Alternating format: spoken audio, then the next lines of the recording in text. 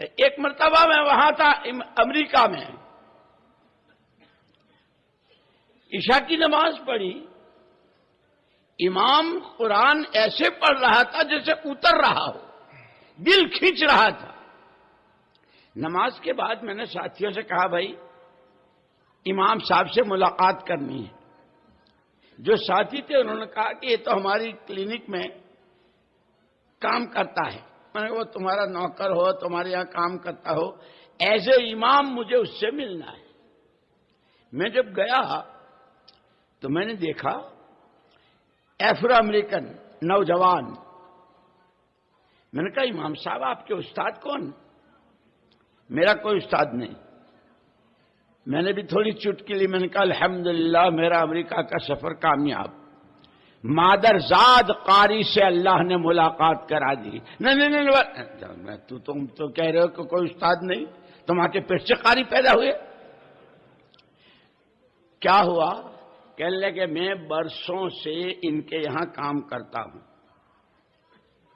ان کی خاص صفت، اس لیے یاد رکھنا نمازیں مسجدوں میں پڑھتے ہیں، روزے پیٹوں میں رکھتے ہیں، حج کعبے کا کرتے ہیں، دنیا کو اسلام اور دنیا کو دین جب سمجھ میں آئے گا جب ہمارے معاملات کی صفائی، ہمارے رہن سہن، ہمارے لوگوں کے ساتھ کا برتاوا محمد صلی اللہ علیہ وسلم کے اور صحابہ کے نمونے پر ہوگا، جس کو حسن معاشرت کہتے ہیں۔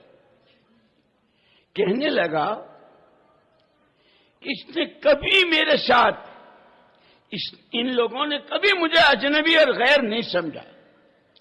کھانا میں سب سے پہلے مجھے بلاتے، میری سیلری، میری تنخواہ وقت سے پہلے ایک آدھ دن دے دیتے۔ ڈینٹسٹ تھے یہ ڈاکٹر، عورتیں بھی، جوان لڑکیاں بھی دانتوں کی تکلیف میں، لیکن ان کے عفت اور پاک دامنی، ان کے اخلاق۔ ایک دن میں نے ان سے کہا کہ میں تمہارے جیسا ہو سکتا ہوں؟ ہاں ہو سکتے ہو۔ کیسے؟ کلمہ پڑھ لو۔ میں تو جانتا نہیں، پڑھا دو۔ کہ انہوں نے مجھے کلمہ پڑھایا، اب میں انتظار میں ہوں۔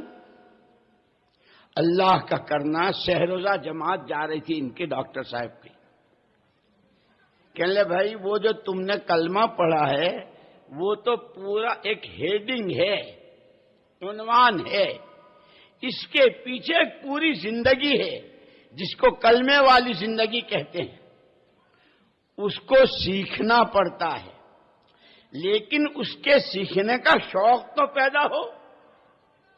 لیکن آدمی کو کسی چیز کے لیے پہلے شوق، جیسے ڈاکٹر ہوئے، انجینئر ہوئے، فلاں ہوئے تو ایک دم سے ہو گئے۔ اب اس کا شوق، اس کے لیے کیا کیا قربانی، کتنی فیسیں، کتنا وقت، کہ اس دین کے سیکھنے کا شوق پیدا ہو جائے، اس کے لیے ہم 3 دن کو جا رہے ہیں۔